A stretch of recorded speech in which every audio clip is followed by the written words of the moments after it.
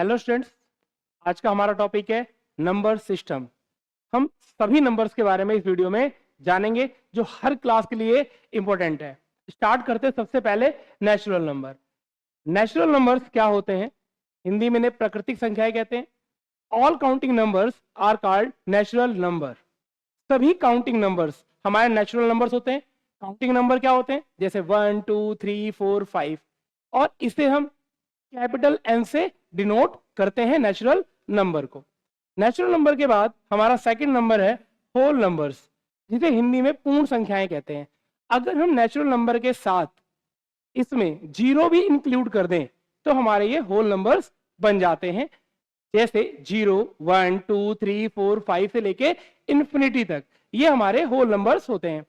सभी natural numbers whole numbers होते हैं, लेकिन सभी होल नंबर्स नेचुरल नंबर नहीं होते, क्योंकि होल नंबर्स में जीरो भी आता है जबकि नेचुरल नंबर में जीरो नहीं आता है।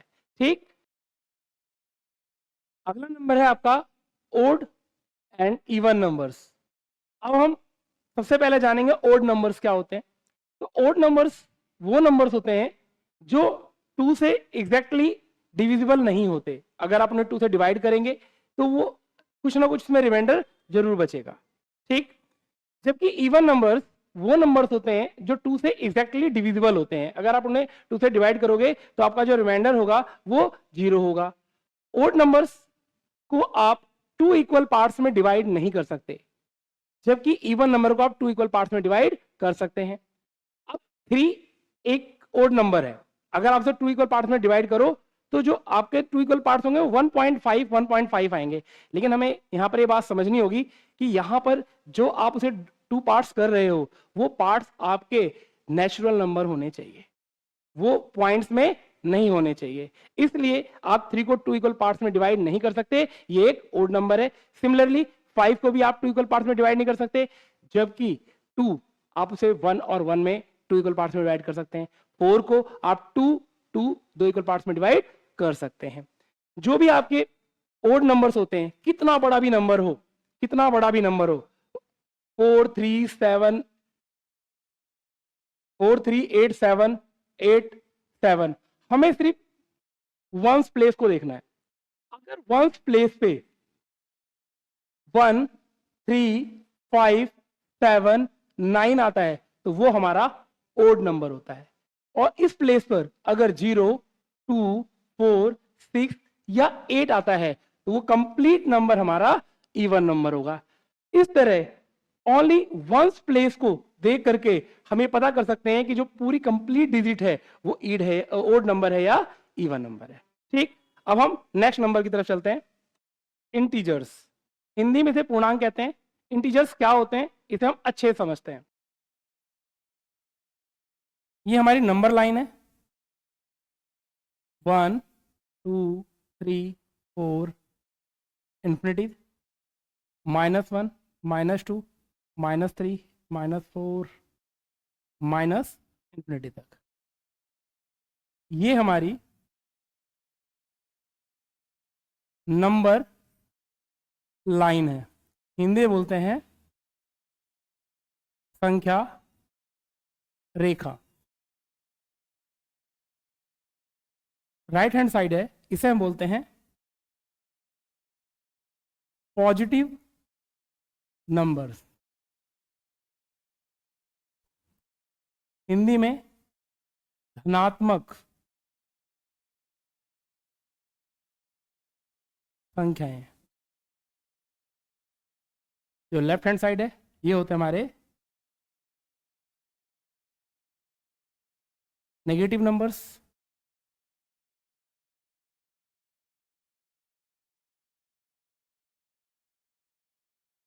ऋणात्मक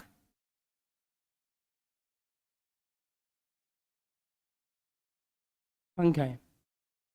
तो इंटीजर्स में हमारे सभी पॉजिटिव नंबर्स और सभी नेगेटिव नंबर्स दोनों ही आते हैं। ये हमारे इंटीजर्स होते हैं। आपके नंबर लाइन पे आप जितने भी नंबर शो कर सकते हो वो सारे नंबर हमारे इंटीजर्स होते हैं। इंटीजर्स में सभी पॉजिटिव और नेगेटिव नंबर्स आते हैं। तो इसमें आपके इन्फिनिटी, पॉजिटिव इन्फिनिटी से माइनस इन्फिनिटी सभी नंबर्स आते हैं जिन्हें हम इंटीजर्स कहते हैं। और इंटीजर्स कभी भी आपके पॉइंट्स में नहीं होते हैं। 1.5 इंटीजर नहीं होता है। फ्रैक्शन 4/3 ये भी इंटीजर नहीं होता है। जब भी इंटीजर होगा, चाहे वो नेगेटिव वैल्यू है चाहे पॉजिटिव हो, वो कंप्लीट होगी। ठीक, ये आपको समझ में आ गया होगा। नेक्स्ट नंबर पे चलते हैं हम लोग।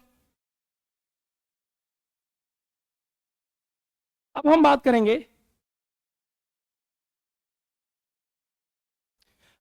करेंगे प्राइम नंबर एंड को प्राइम नंबर। प्राइम नंबर क्या होते हैं? हिंदी में इसे हम बोलते हैं अभाज्य संख्या। प्राइम नंबर आपकी अभाज्य संख्याएं होती हैं। प्राइम नंबर्स वो नंबर्स होते हैं जिसके सिर्फ दो फैक्टर्स होते हैं, 1 और इटसेल्फ। यहां पे हमें एक बात समझनी होगी कि प्राइम नंबर में दो से ज्यादा फैक्टर्स नहीं होते हैं, ना दो से कम। इसीलिए जो 1 है वो प्राइम नंबर नहीं होता है, क्योंकि 1 का सिर्फ एक ही फैक्टर है 1, और 1 ओनली 1 फैक्टर है, प्राइम नंबर नहीं होगा। 2 ये 1 से होता है और 2 से हो जाता है, ओनली 2 फैक्टर्स है, प्राइम नंबर है। 3 1 से होता है, 3 से होता है, प्राइम नंबर है। 4 1 से होता है, 2 से भी होता है और 4 से भी, तो इसके 2 से ज्यादा फैक्टर्स से प्राइम नंबर नहीं है। इस तरीके से हमारे जो प्राइम नंबर्स होते हैं वो 2, 3, 5, 7, 11, 13 और 17 होती है। यहां पर एक बहुत ही इंपॉर्टेंट क्वेश्चन है जो गवर्नमेंट एग्जाम्स में पूछा जाता है, आपका इवन प्राइम नंबर। तो यहां पे जो 2 है ये ऐसा इवन नंबर है जो प्राइम है, और सिर्फ यही है। आप चाहे इसे स्मॉलेस्ट मानो चाहे इसे आप लार्जेस्ट मानो, यही आपका प्राइम नंबर है जो कि इवन है। क्योंकि इसके बाद सभी आपके जितने भी नंबर्स इवन होते हैं वो सारे 2 से डिविजिबल होते हैं, इसलिए वो प्राइम नंबर्स नहीं होते हैं। और आपको 2 के अलावा जितने भी नंबर्स मिलेंगे प्राइम नंबर, वो सभी के सभी ओड होते हैं, वो कभी भी इवन नहीं होंगे। तो आपको समझ में आ गया होगा कि प्राइम नंबर्स क्या होते हैं। अब को प्राइम नंबर क्या होते हैं? को प्राइम नंबर्स में हम पेयर्स देखते हैं, जोड़े, जैसे 2 और 3। और ये ऐसे पेयर्स होते हैं जिनका HCF 1 होता है। क्या होता है? 1 होता है। इसका मतलब ऐसे दो नंबर्स जिसमें जो कॉमन है वो ओनली 1 है। अगर मैं 2 की बात करूं तो 2 1 और 2 इसके फैक्टर होते हैं, 3 के फैक्टर होते हैं 1 और 3, तो यहां पे इसका HCF क्या हुआ? 1। तो 2 और 3 क्या है? आपका को प्राइम नंबर है। अगर मैं 2 और 4 की बात करता हूं, 2 1 और 2 है, जबकि 4 के फैक्टर्स क्या है? 1 है, 2 है और 4 है। तो यहां पे देखो इसका जो HCF होगा वो 2 होगा, इसलिए जो 2 और 4 है वो को प्राइम नंबर नहीं है। आपको प्राइम और को प्राइम का डिफरेंस समझ में आ गया होगा। अब हम बात करते हैं कंपोजिट नंबर। कंपोजिट नंबर क्या होते हैं? कंपोजिट नंबर वो नंबर्स होते हैं जिसके 2 से ज्यादा फैक्टर्स होते हैं, जिसके 2 से ज्यादा फैक्टर्स होते हैं वो हमारे कंपोजिट नंबर्स होते हैं। अब जैसे हम बात करते हैं 1 का सिर्फ एक फैक्टर है 1, तो क्या कंपोजिट नंबर है? नहीं है, क्योंकि इसका सिर्फ एक फैक्टर है। हम बात करते हैं 2 की, इसके सिर्फ 2 फैक्टर्स हैं, तो ये भी कंपोजिट नंबर नहीं है। 3 इसके भी सिर्फ 2 फैक्टर्स हैं, तो ये भी कंपोजिट नंबर नहीं है। अब बात करते हैं 4 की, तो इसका फैक्टर है 1, 2 और 4, मोर देन 2 फैक्टर्स, तो 4 हमारा पहला कंपोजिट नंबर है। तो जो लीस्ट कंपोजिट नंबर है वो क्या है? 4। ये क्वेश्चन कई बार 9th और 10th के एग्जाम्स में आता है कई बार, ठीक, 1 मार्क्स में। तो याद रखना जो 4 होता है वो क्या होता है? आपका लीस्ट कंपोजिट नंबर होता है। ठीक, जो 1 है वो ना तो प्राइम नंबर है और ना ही कंपोजिट नंबर है। तो आपको कंपोजिट नंबर ही समझ में आ गया होगा कि कंपोजिट नंबर वो नंबर होते हैं जिसके 2 से ज्यादा फैक्टर्स होते हैं। अब हम नेक्स्ट नंबर की तरफ बढ़ते हैं। ये बहुत ही इंपॉर्टेंट है। नेक्स्ट है हमारा रैशनल नंबर और इरेशनल नंबर। रैशनल नंबर क्या होते हैं? रैशनल नंबर वो नंबर्स होते हैं जिसे आप P अपॉन में Q की फॉर्म में लिख सकते हैं, P अपॉन में Q की फॉर्म में लिख सकते हैं, जहां पर ये आपका न्यूमरेटर और जो नीचे वाली Q है वो आपका डिनोमिनेटर। हिंदी में अंश और हर बोलते हैं। तो जिसे आप पी अपॉन में क्यू की फॉर्म में लिख सकते हैं वो रैशनल नंबर होता है।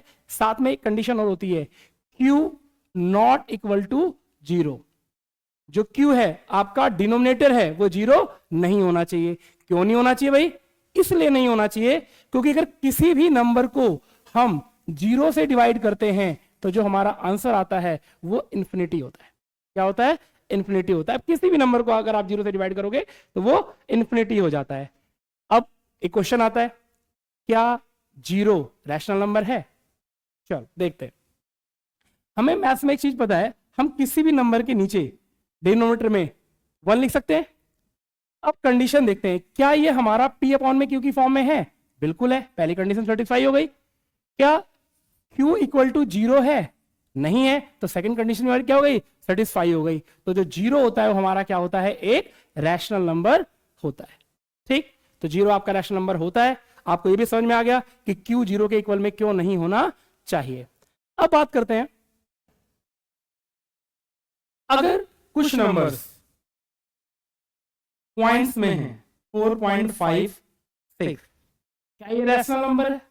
चेक करते हैं।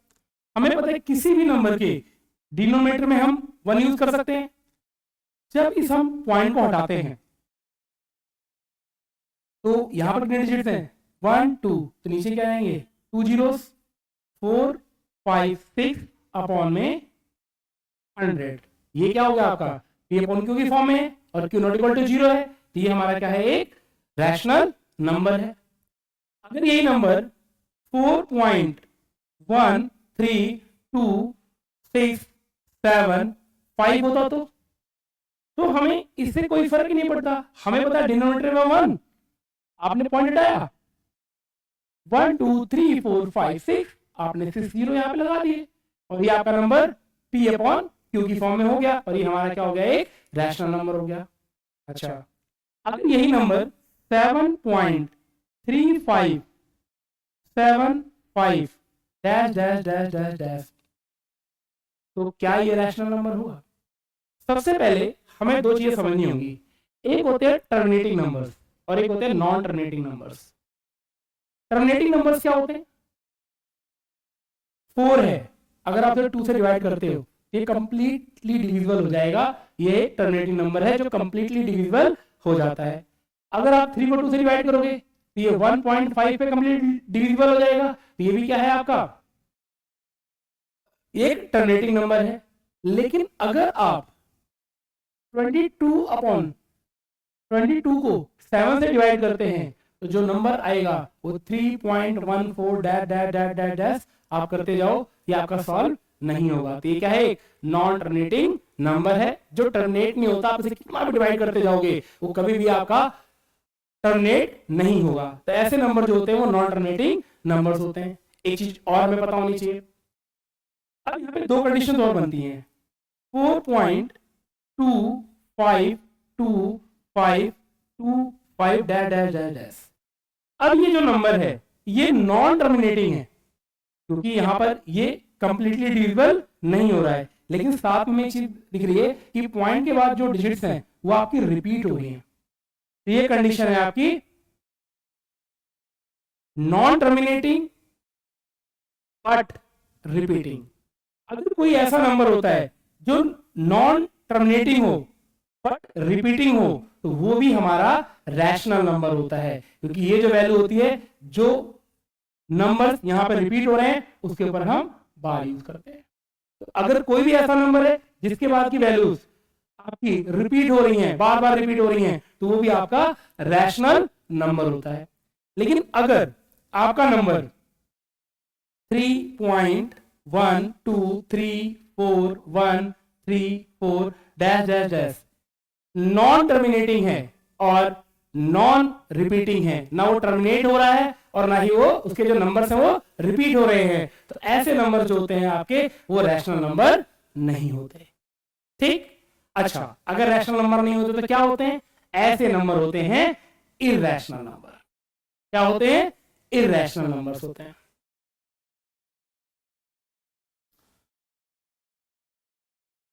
इरैशनल नंबर वो नंबर्स होते हैं जिन्हें आप P अपॉन Q की फॉर्म में नहीं लिख सकते, जिसे आप न्यूमरेटर अपॉन में डिनोमिनेटर की फॉर्म में नहीं लिख सकते। ये नंबर हमेशा नॉन टर्मिनेटिंग, नॉन रिपीटिंग होते हैं। इरेशनल नंबर्स आपको या तो इस तरीके से मिलेंगे 4.123 1 1 2 4 3 dash dash dash dash dash, या फिर ये आपको रूट में मिलेंगे, रूट में 2, रूट में 3, रूट में 5, रूट में 7, रूट में 6 डैश डैश। इस तरीके से रूट में जो भी नंबर्स होंगे वो सारे इरेशनल नंबर होते हैं। अब जो रूट में 1 है, ये क्या है? क्या ये भी एक इरेशनल नंबर है? नहीं। रूट का मतलब होता है पावर हाफ, और 1 की पावर कुछ भी हो उसकी वैल्यू 1 ही होती है। आप 1 की पावर में 4 8 6 7 5 आप कुछ भी करो, आपका आंसर 1 ही आएगा। और 1 क्या होता है? एक रैशनल नंबर होता है, क्योंकि 1 अपॉन में 1 P अपॉन Q की फॉर्म में है और Q नॉट इक्वल टू 0 है, तो 1 क्या हो गया? आपका एक रैशनल नंबर हो गया। इसी तरीके से अगर हम बात करते हैं रूट 4 की, जो रूट 4 है, रूट का मतलब पावर हाफ, 4 2 का स्क्वायर होता है। एक कंडीशन हमें पता है, अगर हम इस तरह की कंडीशन है तो आपका ये इससे मल्टीप्लाई होता है और ये n इंटू में m हो जाता है। तो सेम यहाँ पे 2 इंटू में 1 अपॉन में 2 से 2 कैंसिल, 2 की पावर 1 जो कि क्या होता है? 2। तो 2 क्या होता है? एक रैशनल नंबर होता है। आपके जितने भी चाहे नेचुरल नंबर हो, चाहे होल नंबर्स हो, चाहे इवन नंबर हो, चाहे ओड नंबर हो, चाहे प्राइम नंबर हो, ये सारे नंबर्स आपके रैशनल नंबर होते हैं। ठीक, तो आपने देखा अगर रूट में कोई भी ऐसा नंबर है, रूट में अगर कोई भी ऐसा नंबर है जो किसी नंबर का स्क्वायर है, तो वो क्या होता है? आपका रैशनल नंबर। जैसे 9 3 एक रैशनल नंबर है, 16 4 एक रैशनल नंबर है। इस तरीके से अगर रूट में ये नंबर होते हैं तो ये आपके रैशनल नंबर होते हैं। और अगर कोई भी ऐसा नंबर है 2 3 5 7 जो किसी नंबर के स्क्वायर नहीं है, तो वो आपके इरेशनल नंबर होते हैं। एक क्वेश्चन बहुत बार पूछा जाता है कि क्या पाई रैशनल नंबर है या इरेशनल नंबर है? तो मैं आपको बताता हूं, जो पाई होता है वो एक इरेशनल नंबर होता है, जबकि 22/7 क्या होता है? एक रैशनल नंबर होता है। कई नंबर सिस्टम का टॉपिक खत्म होता है। अगर आपको कोई भी चीज समझ में नहीं आई है तो आप कमेंट करके हमसे पूछ सकते हैं। ठीक।